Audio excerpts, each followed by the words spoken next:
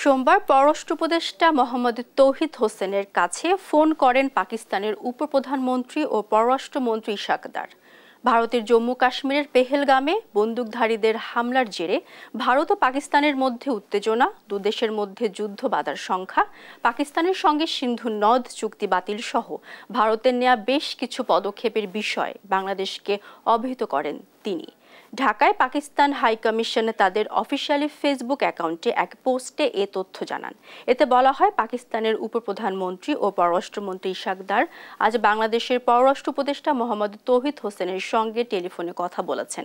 Telephone আলাপে ইশাক দার ভারতের ভিত্তিহীন অভিযোগ এবং একতরফা পদক্ষেপের ফলে ক্রমবর্ধমান আঞ্চলিক উত্তেজনার সম্পর্কে উপদেষ্টাকে অবহিত করেন, যার মধ্যে সিন্ধু পানি চুক্তি স্থগিত করার বিষয়টি ভারতের স্বেচ্ছাচারী সিদ্ধান্ত বলে উপদেষ্টাকে জানান তিনি। অপরদিকে পররাষ্ট্র উপদেষ্টা বর্তমান পরিস্থিতি নিয়ে পাকিস্তানের পররাষ্ট্রমন্ত্রীর কাছে উদ্বেগ প্রকাশ করেন এবং উত্তেজনা হ্রাসের প্রয়োজনীয়তার উপর জোর দিয়ে সব পক্ষকে সংযম প্রদর্শনে জোর দেন বলে পোস্টে উল্লেখ করা হয়।